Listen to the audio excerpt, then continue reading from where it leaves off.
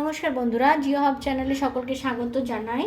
দেখো, আজকে যে বিষয় নিয়ে আমি আলোচনা করব সেটা হলো different name of shifting cultivation. আমাদের যে স্থানান্তর কৃষি ভারতবর্ষে দেখা যায়, সেই স্থানান্তর কৃষির নাম বিভিন্ন রাজ্যে বিভিন্ন রকম হয়ে থাকে। তো কোন রাজ্যে কী নাম সেই বিষয় নিয়ে আলোচনা করব। তার আগে জেনে নেব শিফটিং কাল্টিভেশন আসলে কী বা কী পদ্ধতিতে করা হয়ে থাকে। তো বন্ধুরা, চলো শুরু করি। দেখো, ধরো এখানে জঙ্গল রয়েছে, জঙ্গল এরিয়া রয়েছে। এই জঙ্গলের গাছগুলিতে আগুন লাগিয়ে দেওয়া হলো। আগুন লাগিয়ানোর ফলে কি হলো? গাছগুলো পুড়ে গেল। গাছগুলো পুড়ে যাওয়ার পর কি ছোট ছোট ছোট ছোট ছাই ভস্যে পরিণত হলো।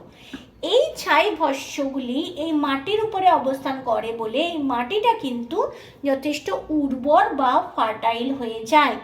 এই উর্বর বা ফার্টাইল হয়ে যাওয়ার জন্য এখানে কিন্তু কৃষিকাজ করা সম্ভব হয়ে থাকে। মূলত আলু, বাজরা, মানে শুষ্ক শুষ্ক জাতীয় বিষয়গুলো মানে যে শস্যগুলো থাকে সেগুলো কিন্তু এখানে চাষ করা হয়ে থাকে। এরপর কিছুদিন পর, ধরো 2-3 মাস বা 4 মাস পর, এই মাটির উর্বরতা কমে গেল। এই মাটির উর্বরতা কমে যাবার পরে কৃষকরা কি করলো? আবার এরকম একটা নতুন জায়গার সন্ধান করলো। এইরকম দেখো, নতুন জায়গা যেখানে আবার এরকম জঙ্গল পুড়িয়ে চাষবাস করা সম্ভব হবে, সেই রকম জায়গার সন্ধান করলো। অর্থাৎ শিফটিং করে গেল।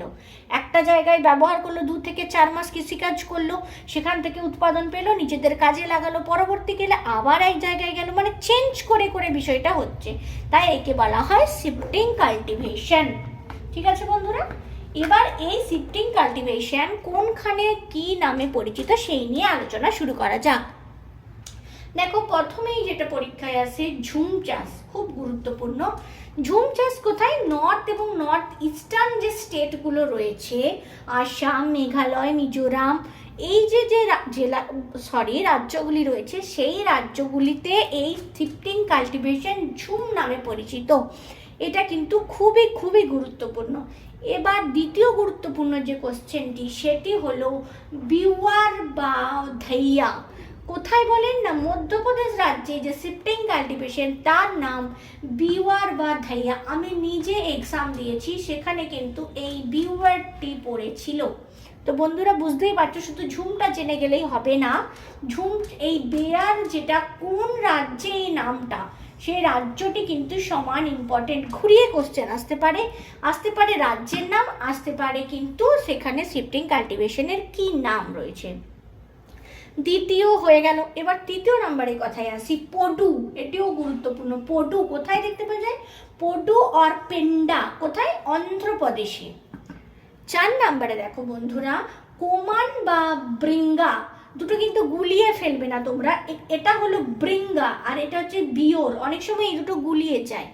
বিওরটা মধ্যপ্রদেশ, ব্রিঙ্গা বা কোমানটা কিন্তু উড়িষ্যা, মানে উড়িষ্যা যেটা। এবার 5 নম্বরে যার কথা আসবো, সেটা হলো কুমারী। কুমারীটা কি? ওয়েস্টার্ন ঘাট, মানে পশ্চিম ঘাট পর্বতমালা যে রয়েছে, সেখানে যে সমস্ত রাজ্যগুলো মোটামুটি পরিলক্ষিত হয়, পশ্চিম ঘাট এরিয়াতে কিন্তু এটা কুমারী নামে পরিচিত। খিলটাও গুরুত্বপূর্ণ। খিলটা কিন্তু হিমালয়ান বেল্ট, মানে পুরো হিমালয় পর্বত জুড়ে যে সার্কেল, সেখানে যে শিফটিং কাল্টিভেশন, সেটাকে কিন্তু বলা হয় খিল। ঠিক আছে বন্ধুরা, এবার লাস্টে যে কথা আসবো, কুরুয়া। এটা কিন্তু ঝাড়খণ্ডের আদিবাসী সম্প্রদায়রা কিন্তু অনেক সময়তেই শিফটিং কাল্টিভেশন করে থাকে। আমি জঙ্গল পোড়ানোর একটা ভিডিও কিন্তু আপলোড করেছি, চাইলে তোমরা আমার প্লেলিস্টে কিন্তু দেখে নিতে পারো কিভাবে জঙ্গলকে কিন্তু বার্নিং করা হয়েছে। ওটা হলো কুরুয়া কোথাকার? না, ঝাড়খণ্ডের। সুতরাং একটা লিস্ট আমি বানিয়ে দিয়েছি। আমি যে কোনো জিনিসই ছক বা ম্যাপ আকারে দেখানোর চেষ্টা করি, যাতে তোমাদের মাইন্ডে সুন্দরভাবে সেট হয়ে যেতে পারে। তো কোথায় কি নাম রয়েছে, কোন রাজ্যে শিফটিং কাল্টিভেশন কি নামে পরিচিত, সেটার জন্য আমি একটা সুন্দর ছোট্ট ভিডিও তোমাদের সামনে উপস্থাপন করার চেষ্টা করলাম। ভালো লাগলে অবশ্যই ফ্রেন্ডের সাথে লাইক শেয়ার করে দিও, আর নতুন হলে চ্যানেলটা সাবস্ক্রাইব করে নিও, কারণ আগামীকাল বা আগামী সময়ে আমি কিন্তু আরও সুন্দর সুন্দর ছোট ছোট ভিডিও আপলোড করতে চলেছি। তো সাথে দেখো বন্ধুরা।